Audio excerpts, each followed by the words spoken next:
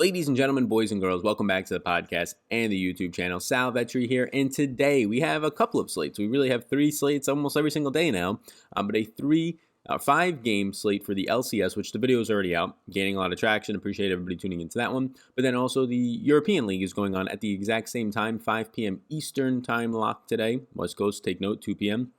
and wherever else you are.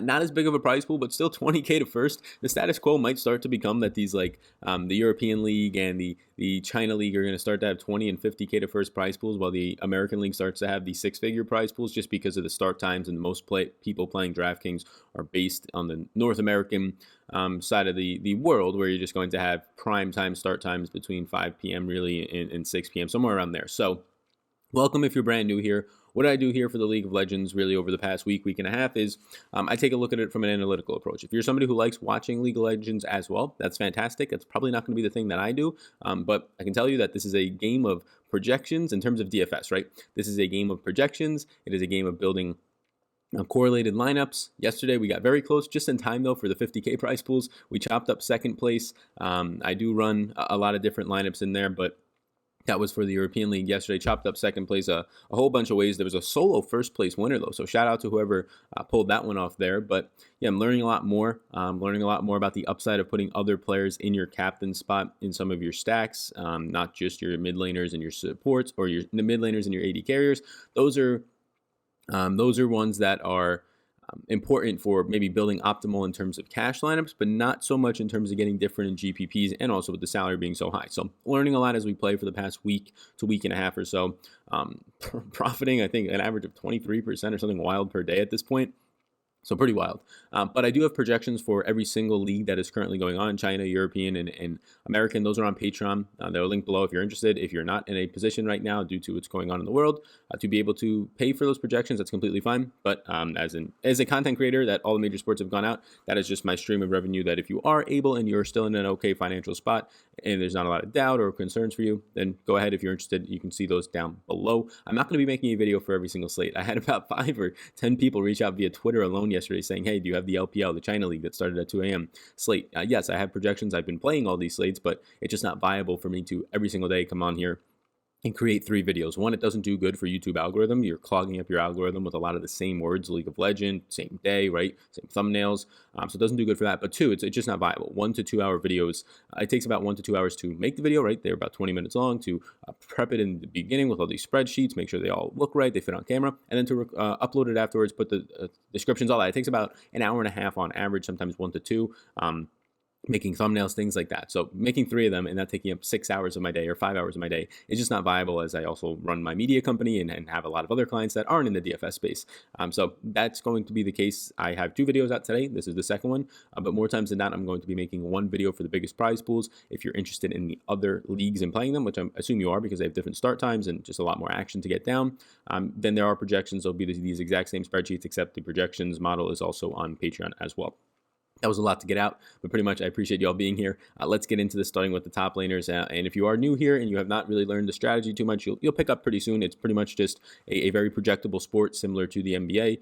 Not the exact sport as the NBA, but in terms of how you can project it and feel pretty good about your outcomes most of the time. And then it's a pretty projectable sport in terms of lineup construction. It's not really a word to use projectable for, but in terms of correlating your lineups with some of the biggest favorites. And this slate is very similar to the LCS slate today, in terms of there's a lot of live underdogs, small dogs, but there's also huge favorites. So, I mean, if you're just looking at this right now, G2 is going to be a 909 favorite as of last night when I last updated that spread. OG is going to be a 625 favorite. Those are the 2 biggest favorites on the slate. They're more than likely going to win a high percentage of the time. But then you have a pretty good, and really the rest of these are not that huge of favorites. I mean, you have FNC as a 263 favorite. That's pretty decent. SO4 as a 217 favorite. But all the other underdogs, especially when you look at Mad Gaming, they're a plus 108, so very close to a coin flip in that one as a live underdog, where you're going to get cheaper price points on them. Same thing for Vitality Gaming at plus 165. Again, the European leagues are just 1 games. The China leagues, if you've been playing those, they're 3-game series, where if you sweep it 2-0, you get a bonus for just not even having to play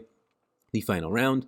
And then the European and American leagues are just 1 round. So you're going to have a lot less scoring. Some of the highest scoring players are only going to score 30, where the highest scoring players in China are going to score like 100. So With that said, looking at the top laners, I have my projections up on the screen over here. Again, those are on Patreon if you're interested. I'm going to be more so interested in about 4 of these players. If you want to go after the smaller dogs and get your lineup to be different, I think that that's okay. But I think your upside is somewhat lacking, because if you're going to be rostering a lot of small underdogs, right? And you could hit the 50K prize pool and it pays off. I think the small underdogs are definitely in play in terms of your lineup construction for some of your smaller stacks or one-offs, if they just fit into your builds. Like, I'm not going to be excluding all of them, but I also think since there's 5 teams and 5 favorites, 4 of which are 200 plus, minus 200 plus favorites, that there's a lot of ways to just get different in terms of taking one of the big favorites in terms of your stacks, G2 or OG, minus 625 for OG again, minus 909 for G2, taking one of those, putting them in if you're building like 1 to 2 lineups, this is, and putting them in. And then from there, you want to take it to an extreme, not really an extreme, but just looking for your secondary stack of a 2-man or a 1-man. If you're playing on FanDuel, you have to go 2-1. You have to do 3 different teams. But yeah, I think that you can get away with Misfit Gaming. I think you can get away with SO4 instead of trying to go with an underdog that probably more times than not, since they're an underdog, is not going to win compared to the minus 217 favorites. They are live, but and you'll get different ownership. But I think you can get different enough just by not taking the 2 biggest favorites on the slate. Taking the 2 biggest favorites on the slate, if you're playing and you're just hoping to split some of the min caches with a lot of people, that's probably the way to go. Maybe not even the min caches, a little bit higher up, that's probably the way to go, but you're probably lacking yourself. Or if you're taking OG and G2 today and you're able to fit the salaries somehow together, you are not going to win first place by yourself. There's just no way. The salaries are 1, too expensive, that you'll probably use all your salary, and 2, everybody's trying to fit those 2 in. So you're gonna have to get a little bit different there. From top laners though, I think Wunder, obviously that is a 909 favorite, looks really good. Alpharia is my highest projected top laner. It's 625 favorite for OG. Again, that doesn't really mean much unless you're looking for a one-off. What it means is that highest projected there. So if you're feeling good about your OG stacks, then that's a pretty solid spot for you to be at.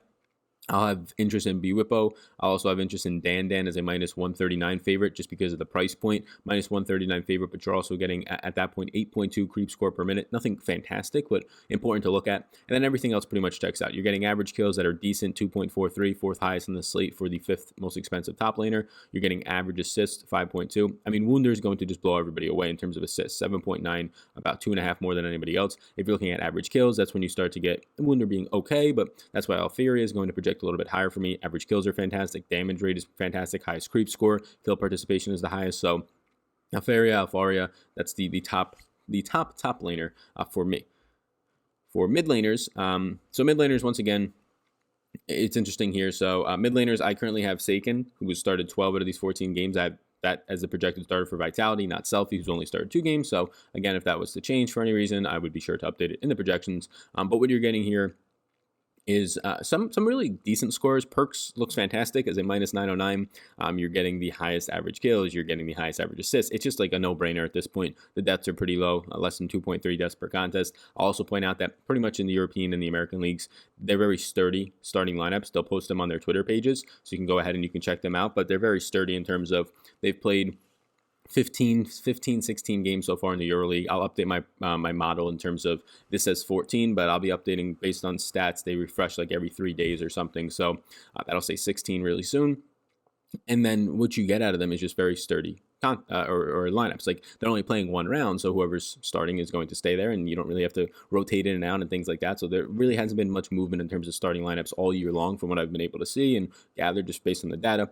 Perks looks really good. You're paying a steep price point on DraftKings at 8,200. If you're playing on FanDuel, I don't do FanDuel projections, but there's a lot of different ways in the ruling. Teams can score points similar to individual players on FanDuel. That's not the case on DraftKings. You have to stack at least 3 different teams or play players from at least 3 different lineups on FanDuel. So it's trying to make you get more unique. I actually think that's an interesting caveat. Whereas DraftKings, you can just play 2 teams and stack it up. So there's going to be different salaries for FanDuel. Their scoring is slightly different as well, like 1.5 more points for a kill and an assist, things like that, similar to basketball. But what you get is perks looking really good here, so I'm going to have interest there. And then I'm going to have interest in just the next guys in terms of Nukeduck, Nemesis, Abaddaj. I'm going to have interest in those players as well. It's not going to be overwhelming interest. Like, for me, it's probably going to go as perks, Nemesis, and then I'm going to be trying to Nukeduck just because of a big favorite. I'm going to be really trying to get a good amount of perks there in G2 lineups. It's a strong play all across the board. For your supports, you're going to actually have some supports that do pick up a good amount of points, and Milky X is the biggest one. Mikey X is the biggest one. 909 favorite, just like an incredible supports player. Like, this is a player that you can put in your captain spot as not an AD carrier or AD carry. and a top laner. So what you get is just a player that is been absolutely crushing it right now.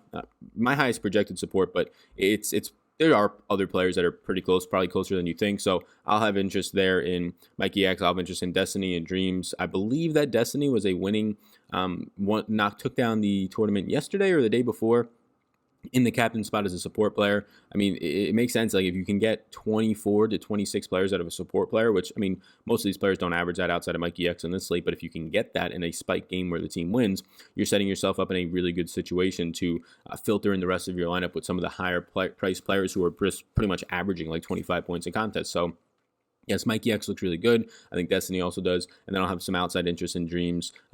Hisseling, I believe it's pronounced, but that's where you're at. It's Mikey X. You can look at it from all the stats on here. You can see it as a 909 favorite, 79% win rate, but just look at all the stats.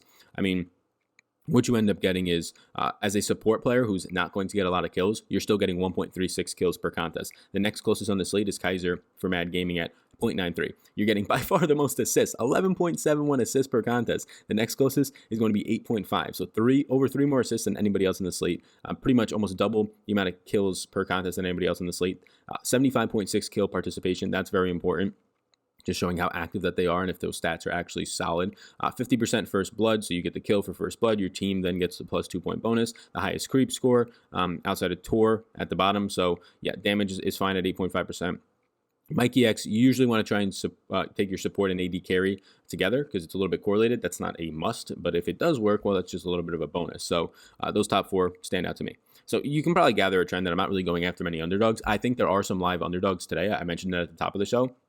So like if you wanted to get a G2, since they're the highest price and by far the biggest favorite, G2 stack of four players, one in your captain spot, whether it's Mikey X or somebody for salary relief, and then you wanted to go with just a 1-1-1. It makes it more difficult because, like, obviously then in a 1-1-1, you're hoping that the four teams and the four players that you're picking from win the contest.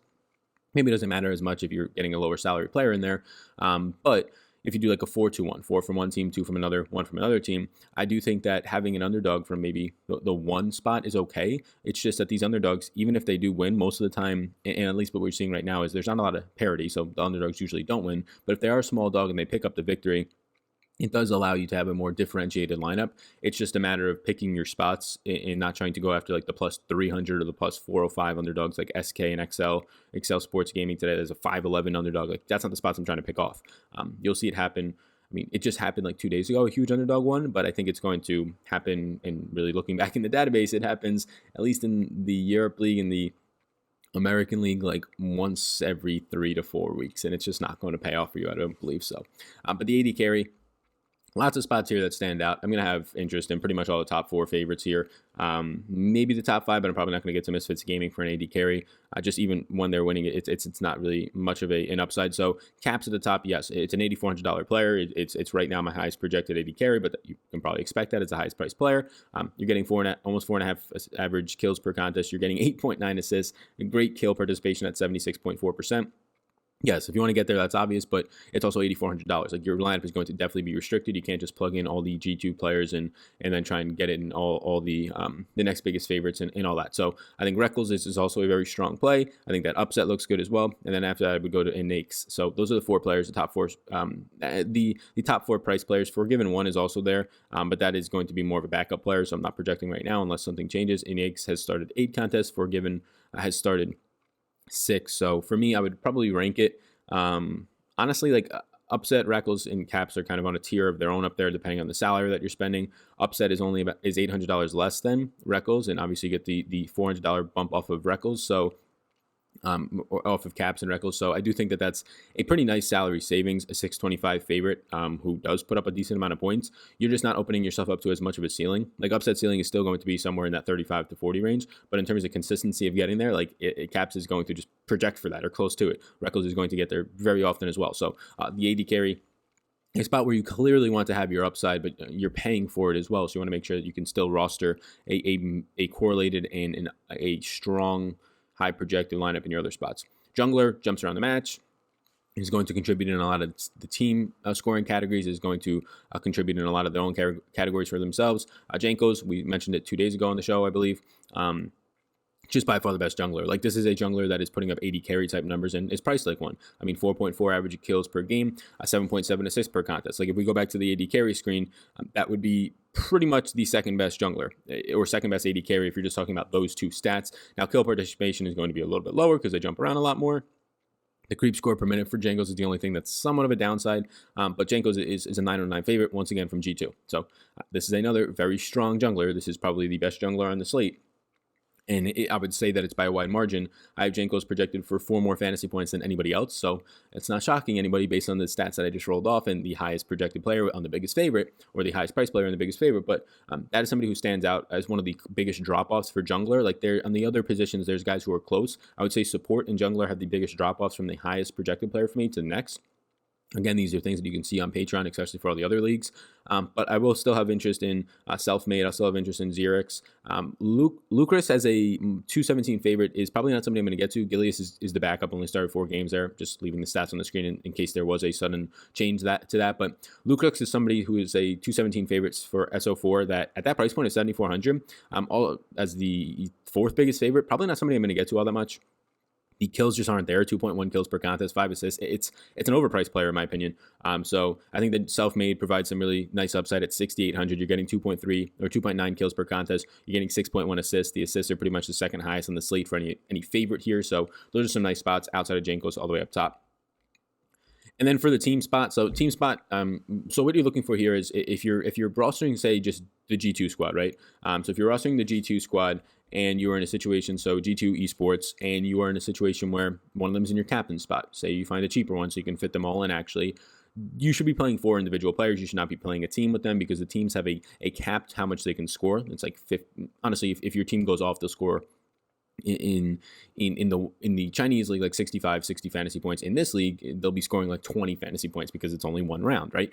So instead of 3. So you shouldn't be trying to pair up your G2 sports with your 3 players. You should be trying to get a captain, and whoever you put in your captain, that same exact team, what correlates the best so far from what I've seen is 3 more players from that team that are individuals, not the team. And then from there, you can try and find, maybe you pick a slight underdog like Mad Lions today, and you hope that they hit the win upside. They have a 57% win rate as a plus 108 Vegas underdog today. I think they're a pretty live underdog at 4,800. You can take the other side of that and go to Misfits Gaming as a slight favorite, 64% win rate. They have an average KDR of 1.36. They have a 70% Baron control, so things that kind of look good. Decent lane and jungle. They have the lane and jungle just advantage in terms of control percentage over Mad Lions. So there's spots that do stand out. I think that any of these favorites really, Fnatic as a 263 favorite at 5,600. SO4, they're 217 favorite at 5,200. Pretty much what I'm saying is just trying to get a team that wins. If a team wins today, like the projections on all the team spots for me are very, very similar. If you think a team wins, they're going to probably project out within like a point of each other out of all these teams. I'm projecting all the favorites to win as of right now because, I mean, that's what Vegas is telling me. Obviously, if you're playing GPPs, these are median projections. If you're playing GPPs and you want to get different, you can go against those. But so I have all 5 of these teams projecting from anywhere from pretty much 17 to 20 points. So 5 teams, or I guess technically 16.7 to 20.7. So these 5 teams are within 4 points total of each other. So they're all going to project out very similar to each other. So if you want to put a team spot in sort of last and trying to work through the rest of your lineup and go from there, I think that's not a bad idea if you're hand building a few lineups. If you want to play GPPs and you want a 150 max, I have the teams restricted from being in my captain spot. And then I usually I'm going to exclude some of the bigger underdogs. Like for this slate, I'll probably exclude everything. I'll probably exclude Rogue, SK Gaming, and Excel Esports. I might exclude Team Vitality from getting in there at 4,600, but we'll see. I mean, they only have like a 7% win rate, so not as appealing. But that's where I'm at right now. Again, the projections are over on Patreon. They will be there for every single slate right now. The LPL, the China League, the LEC, which is this, the European League, and the LCS, which is going to be at 5 p.m. tonight, the same start as this. I'll be live with Awesemo Alex Baker over on the Awesemo YouTube channel at 4 p.m. Eastern Time, kind of just breaking down the LCS slate, taking questions, probably going through it, probably some strategy stacks, all that stuff. But appreciate y'all tuning in. Again, link down below. There's some free strategy guides. There's some links for some of the gaming sites in the industry with some promotions as well if you want to check those out. And then there's Patreon if you're indeed interested. Again, I'm not going to be covering every single slate. It's just not viable. It would take me about 5 hours per day just to make 3 videos on esports, which would be a lot of fun if there was 2 of me. But it's not something that I'm going to be doing as I tend to all the other needs for my business. So I appreciate you all tuning into this video. You all rock. Hit the subscribe button before you go. Getting to 20,000 subscribers still somehow before April, which is 9 days away, and we're about 300 away from 20,000, would be a ton of fun. Hitting the subscribe button on the podcast, since less people are making podcast episodes because there's just less sports right now. We have skyrocketed to the top 15 in the Apple charts of fantasy sports. So shout out League of Legends for that. Let's see if we can get to the top 10. And the only way to do that is to hit the subscribe button and leave a review. So I appreciate everybody who does that. So thank you so much. Have a great rest of your day and start to your weekend. You all rock. Peace out, game. Thanks for tuning in, and I hope you enjoyed that video. Above my head, if you're not already subscribed to this channel, I do ask you if you can please hit that subscribe button. Helps me out a good amount to reach more people. You can also follow me on Twitter. That's over there. Right in the corner is my @SalVetriDFS Twitter. And then above, you'll find my Patreon link. You can click on that if you want more exclusive content for me. Or a video is going to pop up, so why don't you check that one out as well. I think it's going to be beneficial for you. Thank you so much again for tuning in, and I hope you have a fantastic rest of your day.